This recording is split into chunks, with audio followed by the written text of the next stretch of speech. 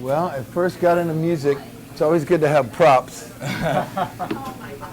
For my birthday, my mother got me these Baskin-Robbins ice cream tubs, right? You scoop the ice cream out of these tubs. And these are Lincoln Log kids' toys. So this was actually my first drum set. This is, right? So I got to be really good, really quick. That's how I just got really very, only the finest equipment. You got to start somewhere. You do, you beat on things when you're 7 years old. So, I grew up in this area for 38 of my years. So my mother still lives in Bloomfield Hills. That's great. And I come and visit her as often as possible. And graduated from Losser High School, barely. But I've been coming to Hunter House. I used to ride my bike from West Corton and Telegraph. Ooh. And yeah, it's a nice bike ride. It's a good ride. It's a good, healthy ride.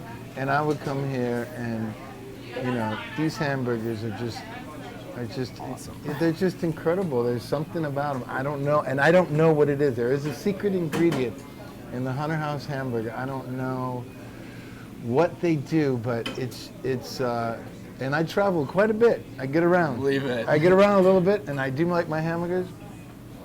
Nothing else. But the Hunter House, no doubt, hands down, is the finest hamburger in the world. Well, you heard it first here. I don't know if you heard it first, but I agree with anybody that comes in here. Detroit is my home and will always be my home. I live in California now, and I have for over 20 years.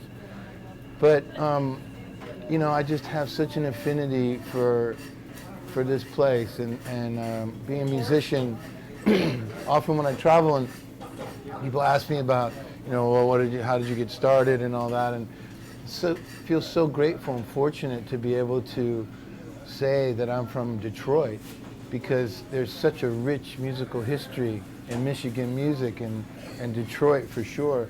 And the crowds here and the people, I played, when I got out of high school, I started playing professionally right away, and I played in clubs for about 8 years, and the people that would come to these clubs were like, they would work hard all day and they would come and they would want to party, but they would if you weren't good, they would let you know. And going to concerts when I was a kid too, places like Cobo Hall and Royal Oak Music Theater and venues like that, those are some of the really the best venues in the country, and other musicians will tell you that they get really excited to come to play in Detroit because people bring it hard, and I'm very proud of that. So being from Michigan, that's really a place of pride for me. But growing up, listening to the radio and obviously Motown music was huge in the '60s. I mean, the bands. Berry Gordy had the incredible stable of musicians and artists like, Marvin Gaye, Temptations, Four Tops, the Martha and the Vandellas, Stevie Wonder, Diana Ross and the Supremes, and I'm leaving out, Smokey Robinson, I'm leaving out, all kinds of people, but it's amazing that all came out of one house. Niche in time. Yeah, and it was, and it's been so influential for so many people for so many years, and then for me, like Iggy and the Stooges and MC5, these for old people like me, they were like the first real punk rock band, hands down.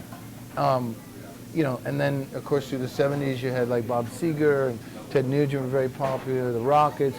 Back in the '60s, Mitch Ryder, the Detroit Wheels, Devil with a Blue Dress was a big hit.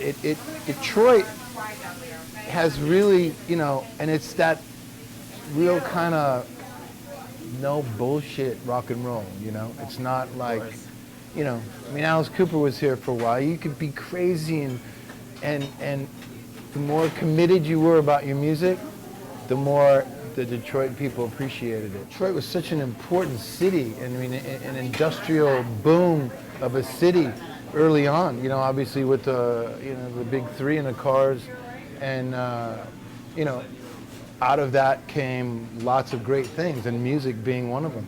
You know, so I would love to see it become revived. You know, you got Jack White doing his thing, and obviously Eminem, you know, Kid Rock, people like that, still keeping Detroit alive, and you know, but next generation has to continue on, build on that, because it's such a rich history. It's really important. Talent is something that I feel can be God-given, and it's a gift. But there's also hard work involved. If you have a talent to do something, whatever it is, and the great thing about it is, if you're passionate about what you love to do, and you find a talent at something, whether it's making great hamburgers, or you know, playing music, or you know, working on cars, or designing buildings, or taking beautiful photographs, or making the best ketchup that you possibly could make. There's anything in the world, if you're passionate about it and you work hard at it and you have an affinity for it and a talent, you can take it to like who knows where. And what I find is, like, with young people, is they don't really want to work really hard at it.